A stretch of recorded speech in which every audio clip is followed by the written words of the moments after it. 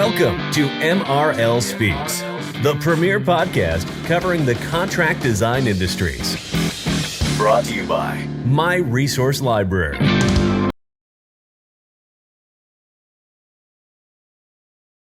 Well, welcome to MRL Speaks. This week's podcast is sponsored by Solomon Coyle. Solomon Coyle inspires the industry with insights to build better businesses for all stakeholders. This week, I'm proud to introduce Dr. Todd Dewett. Todd Dewett is a professor, a consultant, a radio host, an author, a dean, a coach, a keynote speaker, a tattoo enthusiast, a parent, a husband, and a dancer. I like to add the dancer part, but you'll have to read Live Hard, his book, to learn more about the dancing, I'm pretty sure. But welcome, Dr. Todd. How are you this morning? I'm spectacular. That was a unique and perfect intro. Wow, I love it. I actually had to read it. You have so many unique aspects to your life that I wanted to make sure I captured everything for the podcast. So thanks. But I want to ask, with all of that background, growing up, what was your vision of what you wanted to be when you were growing up? None of that worked out, really. Wanted to play professional basketball.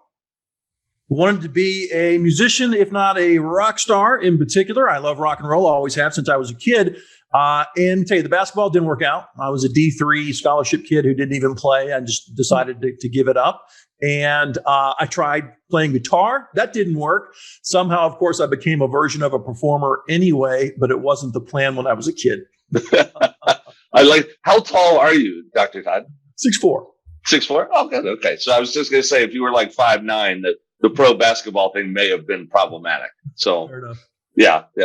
I had those dreams as well, but never had the drive. I'm 6'5" and thought, well, I could play professional basketball, but yeah, that wasn't in the cards either. So,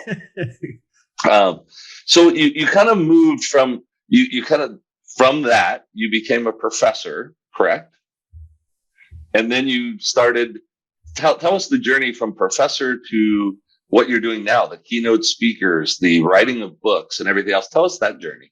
Well, some of the tags you gave me a minute ago are past tense for sure, but they're things I've done. So I started in big box consulting after an MBA, and that was Anderson and Ernst & Young for a while, and then figured out what I wanted to do. I fell in love with studying business and studying people and how those two things interact. And the best way for me, since I'm a little bit of a change agent, not a great insider in corporate America, even though I've become a very trusted outsider. So I got a PhD in organizational behavior at Texas A&M, which is kind of the business school's version of a shrink, if you will. We study people at work and what makes them tick and what makes great leaders effective. And I loved doing that. And I was doing that at a place in Ohio called Wright State University. I just loved my time there, spent 10 years teaching MBA students. And for a while, I was a dean. And you know what? Life happens. You make your plan, and then life kind of laughs at you. So my plan was to be a professor writing dorky papers for scientific journals and teaching graduate students for 20, 30 years. After about 10 years, I had to let go of that. I was tenured for life. And the reason I let go is because speaking had become a competing priority in related activities. So basically, former students is where it began for me. They went out into their jobs and they had meetings and they started calling me. And I started doing that for free, like a rookie, because I didn't know better for a while.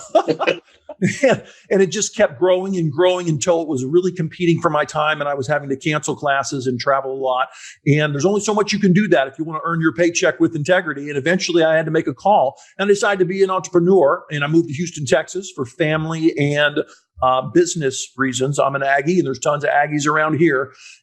And it's been working out ever since. So speaking started with the students. And then from there, I started writing more and more. And then a really unexpected outgrowth of that was creating online courses, which started first with a little firm called lynda.com, which evolved into LinkedIn Learning, which is now part of LinkedIn, which is owned by Microsoft. So I didn't plan this. I wish I was that smart, but it turns out that writing and speaking and making courses is even more fun than being a professor was.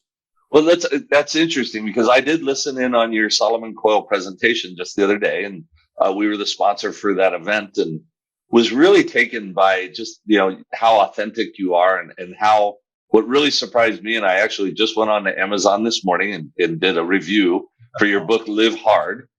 I was amazed that when I started reading the book Live Hard and then listened to you, how parallel the personality from the book to you that really is, which is, in my opinion, I guess maybe that's the case in every book. I've never met a whole lot of authors before, but at the same time, I was really shocked by how genuine and authentic that, you are to the words that you've got into a book. So, I think that was fantastic. And so from that, you've written how many books now? You're at 7, 8? No, I think myself 6, and then contributed to others. Okay. And because there's always a favorite child in a family. Which one's your favorite? Oh, that's hard. I'd probably have to go with Show Your Ink, just because it represents something special in my journey, and it helped push me forward in a way that I needed to be pushed forward. It's special because it was the first time I wrote a book comprised just of stories. Live Hard, that you've read, is the second one. I've got a third down the line I'm thinking about. I was at a place where I decided to do the path that we've been talking about, and I knew I needed a book to be kind of a foundation of that for speaking and related things. And I had some ideas, and I was working on them. And then I had a thought, which is not normal in my business, which is, you know what? Why don't I just take a whole lot of my A sides and B sides that I often use in front of groups on stage, and put them down in words and make it a book. I was worried, will this mean people won't hire me as a speaker anymore? No, it turned out to be one of the smartest things I ever did. People love stories. They're short, they're educational, they're emotional, they stick with people, and it doesn't stop. It's done nothing except help me grow. I was so moved by the effectiveness of Show Your Ink as a book of stories that several years later I made Live Hard, and I'm now thinking about the third one down the line as well. Nice. And one of the stories that really captured me from your speaking, I'm hoping you could share it with us today on the podcast. Sure. You were talking about a project that you worked on with it. You were working for a company. They sent you to a factory to kind of make it more profitable, make it run smoother. And you did that and expected. So the story I'm referring to. I don't want to share too much to remind you what that story is, but why don't you tell that story? I love that story. Happy. I'll give you a short version of that. If I get going, I can take 15 minutes on one story. I know we don't want that. It became the signature story in Show Your Ink. And the idea is real simple. I was with a small team in Matamoros, Mexico, working for a very large consulting firm. And the client we were with is also a Fortune 500. And we were trying to fix things, long story short. And I was given an opportunity to do that by fixing a particular machine that was a big bottleneck in their manufacturing operation. And working with the client engineers and maybe a little luck, we found a way to get the change over time, which was why it was such a bottleneck, down from hours to minutes, long story short, which is an upside of millions of bucks for this client. And when we finally made that breakthrough, me and the engineers I was working with, everyone was just ecstatic. My boss was so happy. My client was so happy. And I knew, and this sounds selfish, but I think people can relate. I knew as a very young professional, it's one of my first few years of working, that this was going to be the win that got me the big promotion I had been looking for to validate, who I was as a professional. It was a great moment. Then you fast forward a few months, the gig was over. I'm back in the office in Nashville at the time, and the telephone rings. It was my boss. He said, "Would you come down to my office?" And I said, "Of course, I'll be happy to do that." And I was thinking, here it comes. This is going to be the conversation about how great my work is, and we're going to get promoted and all that. I'm very excited. I'm gliding down the hall, kind of like an idiot. True. I walk in and he says, "Hey, would you shut the door?" And I had an obvious thought, of course I should shut the door. We don't want the whole office listening to him tell me how great my work is. That would be embarrassing. So I shut the door and I sat down expecting a coronation conversation. And what happened was anything but. He shocked me when he just looked at me, and I said, your listeners, please forgive my French. This is a quote. He just looked at me and he said, "What in the hell is on your arm?" And he pointed to a tattoo, which is a snake that wraps around my arm. The head comes out in the crook of my arm. And that's the most visible thing that I had at the time. As you can see, the addiction continues.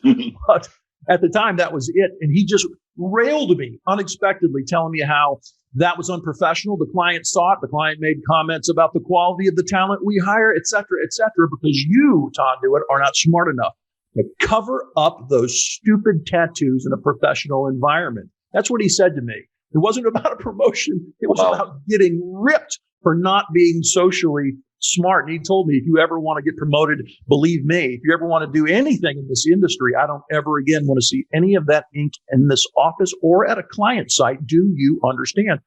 And I said to him, the only thing that made sense, I said, yes. And I'm not embarrassed by that. And I'm not proud of that. That's what I did. It made sense. I think it was proper. But I learned a lesson about what it means to be socially acceptable. And I held on to what that person taught me for a little while, but not forever. Here's why. Many years later, I was on the back end of a career as a professor, the front end of a career writing and speaking for a living. And I got up one day to go teach a class, give a speech, and especially excited about this part, go meet an old friend for a late lunch, an old friend coming through town, a person I had not seen since high school. Now, that's a rare person in your life. Think about this. This is someone who knows all the silly things that you did when you were young.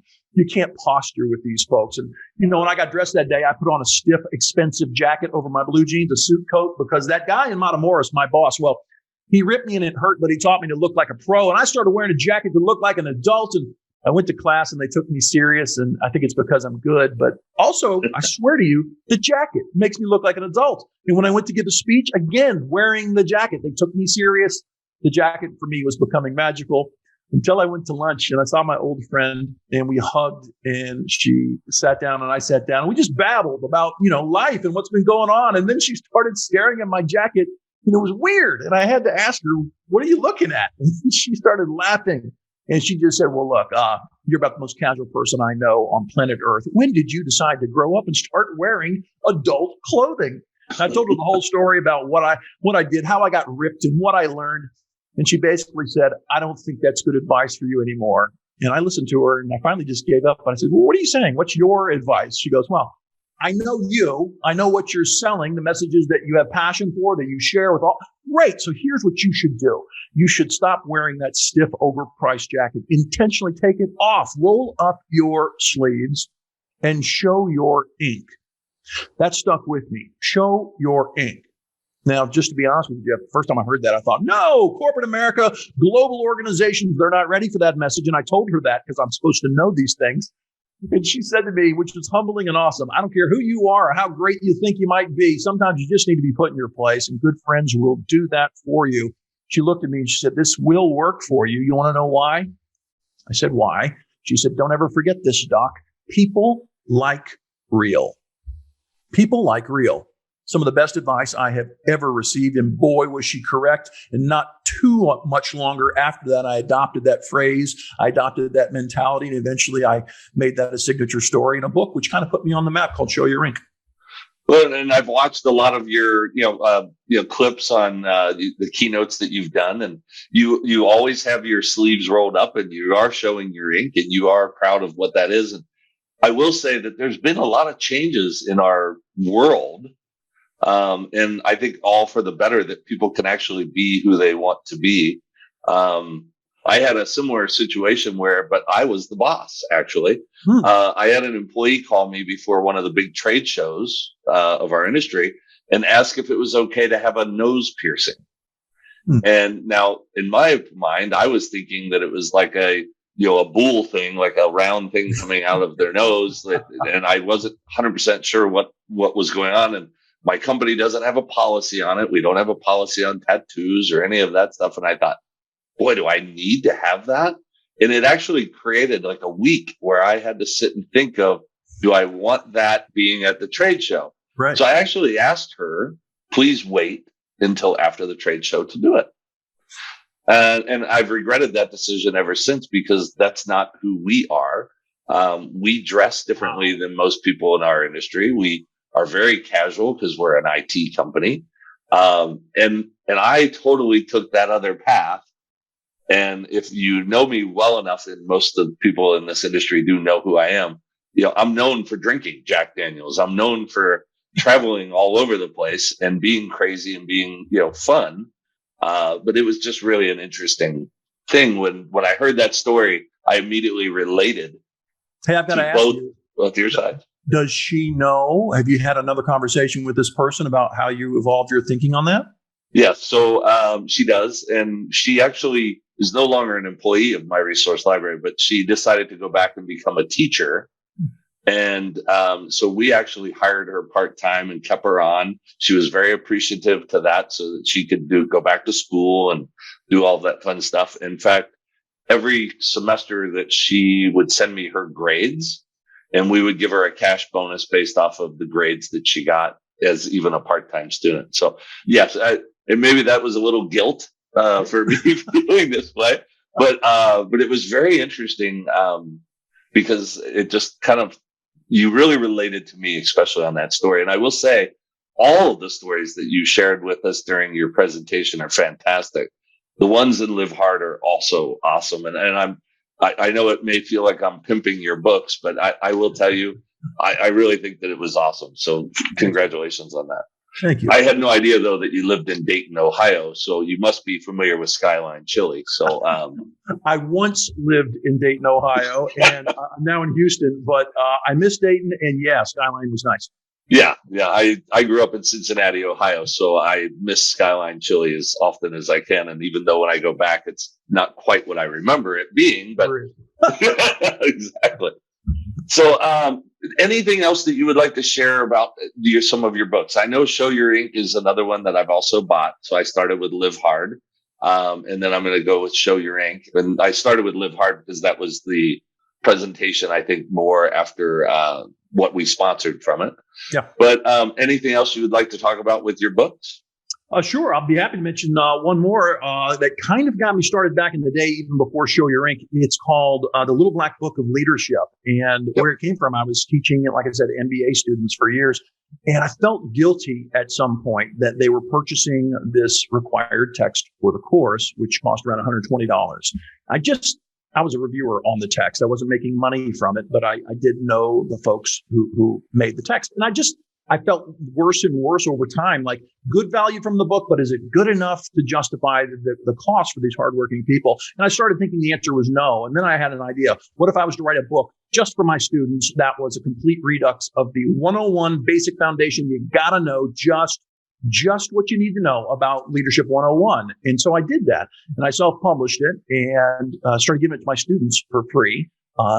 Instead of asking them to buy a textbook. So it started as a love letter to my students, and then they read it and shared it with their bosses and so on. And I improved it over time, and it became a very useful book. It's a simple, very simple, quick kind of Leadership 101 about self-awareness, about running a team, about change, etc., that I think a lot of people in professional life enjoy. Well, that was the third one that I just ordered. So that was, and I shared with you when we were talking about doing this podcast that I'm going to share that with my team members that we promoted to management of, hey, now you're at management level. What's 101? And I love that message. That's awesome. Authenticity beats authority. I can't even read my own text. It's that early in the morning for me. One of the several takeaways from your book, Show Your Ink, and my next book that I'll be reading. Can you elaborate on that just a little bit for us without ruining people buying your book? Oh, sure. No, I mean, it's just an important point. I've written about it in many different places, many different ways. The idea is simple. So one of the first things that stuck out to me as a young professional in corporate America, working for Andersen and Ernst & Young, was that people at work are posturing a lot, dare I say, acting a lot, call it managing impressions.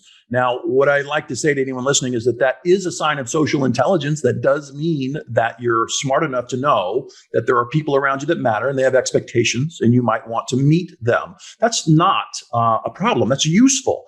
It can become a problem if you overdo it, if you care about that need to meet those expectations too much. And in fact, my observation, speaking as a dorky scholarly type, is that we do that. In fact, the average person in cube land, as I often refer to work, really does overact. And what we have are very measured, very censored, often distant, transactional, sometimes cold, professional relationships. And what the science and frankly, the common sense tells us is that humans would like to connect with other humans on a more real, slightly less filtered, authentic level. And so when I found out when I observed that we weren't doing that, I was just intrigued, because what's life if it's not about having great relationships that make you feel good about the day? And then I've processed that for many, many years, finally decided to become a scholar, got a PhD, all those things. And it became a thing for me. I just had to tell people. As soon as I started telling people, I learned what you know well. Everyone gets it immediately, because we all know we're guilty, a little or a lot, of overacting, over posturing, over censoring. And when someone like me and many others, good leaders, other trainers out there, et cetera, give people permission to stop doing that a little and get a little bit more candid, real, and authentic, that feels really invigorating, really useful. And it is. Teams that are high performing, they tend to be a lot more authentic and full of candor than lesser performing teams. Imagine that. It's actually, it's a great lesson to actually learn too, because so many people just go to a job and it's a job for them. And when they go in, their personality flips from who they are to a drone in the machine, or, sitting in the sea of cubes. Yep. Which, thank gosh, those are kind of going away. We're taking down walls to open it up. But yeah, I couldn't agree with you more. We try and drag some of that. My entire company works remote. So sometimes it's hard to have that human connection via a Skype call or a Teams call or a Zoom call. But we've really tried hard to have kind of that authenticity inside of our organization, where you're actually rewarded by being authentic. So when we have our weekly, kind of let's all come together huddle call, we don't care what, yes, it's great. We'll celebrate the victories at the job, but we actually want to know what you did for the weekend. We want to celebrate what you and your family are going through. And it's really kind of a neat way of learning more about, your team members, other people on your team. And, we don't always get along, but at the same time, it's just a really authentic way to kind of get to know people better. And my team has been with me we've been in business 9 years. I've got 2 employees that have been here 7 of those 9 years. The first 2 years, it was really just 2 people. So, and the other one's still with me because he's my business partner. But at the same time, I feel like it's kind of a very interesting authenticity. And you really drive that point in your books. And I really love that. You just showed us the outcome. It's really important for anyone listening to hear that, because the truth is, when people leave jobs voluntarily, it's because usually they're running from bad boss relationships. The relationship equation they've been experiencing is not fulfilling. They don't believe in it, and they think they can do better. Please hear me carefully. They don't leave for an extra 10 cents an hour or whatever the money thing might be. That's usually not it. It's about relationships. So when you have a place that cares about authentically understanding who you are as a person, that is invaluable. And to your point, they will stay with you a whole lot longer as a result. Yeah, I couldn't agree with you more. So we're going to just kind of wrap up. Dr. Todd, how can people learn more about you, and where can they find you? Well, thanks for asking. Well, my main website on the net is www.drdewett.com. That's DRDEWETT.com. And of course, I'm also huge on LinkedIn. And if anyone's really into LinkedIn, reach out and connect. I'd love to chat. Okay, great. And you mentioned some classes on LinkedIn. I'm actually am curious about that. Can you give us a little bit more detail on that? Sure. So I'm so lucky, very, very fortunate to have been discovered by them. Back in the day, there was a company called lynda.com, and they were number one at the time at producing online fee-based, usually a monthly subscription to access their entire database type of service. And they were so good at it, and they were eventually purchased by LinkedIn. And around that time, they were evolving their library into business skills, including leadership-related skills, career-related skills, things I do. And we started making movies. And now I'm pretty much the number one guy in terms of leadership on their platform, and their platform is the biggest in the world. So I've got about 35 courses that have been seen by maybe 40 million people in 150 countries and 7 different languages, all of which for a tiny fee per month, you can enjoy. And I always like to say this, even though I love people to find my courses on LinkedIn Learning, there's a massive library of other interesting people and related topics that you no doubt will find something relevant to you in there. So check it out. Okay. And then on your website, you do have a spot for free inspiration as well. So I did go back and watch a couple of your videos. So if you watch your analytics on your website, you'll see me on there quite a bit. But I will tell you, and anybody listening to this call or to this podcast, the real interesting thing was at the end of Dr. Dewett's presentation with the Solomon Coyle Group, the messages that were coming across were, wow, we really needed to hear this right now. Wow, where can we hear more of you? Because you really are an inspirational speaker. And I highly recommend looking into Dr. Todd Dewett and learning more about him and connecting with him. He's fantastic, and he gets back to you right away, which is always a great trait. So, well, thank you very much. Any last words before we sign off? No, just remember, leadership sounds daunting. It's not. It's a skill you can learn. Thanks for listening to MRL Speaks. If you aren't already using my resource library for all your specifying needs, be sure to get your free account at myresourcelibrary.com today.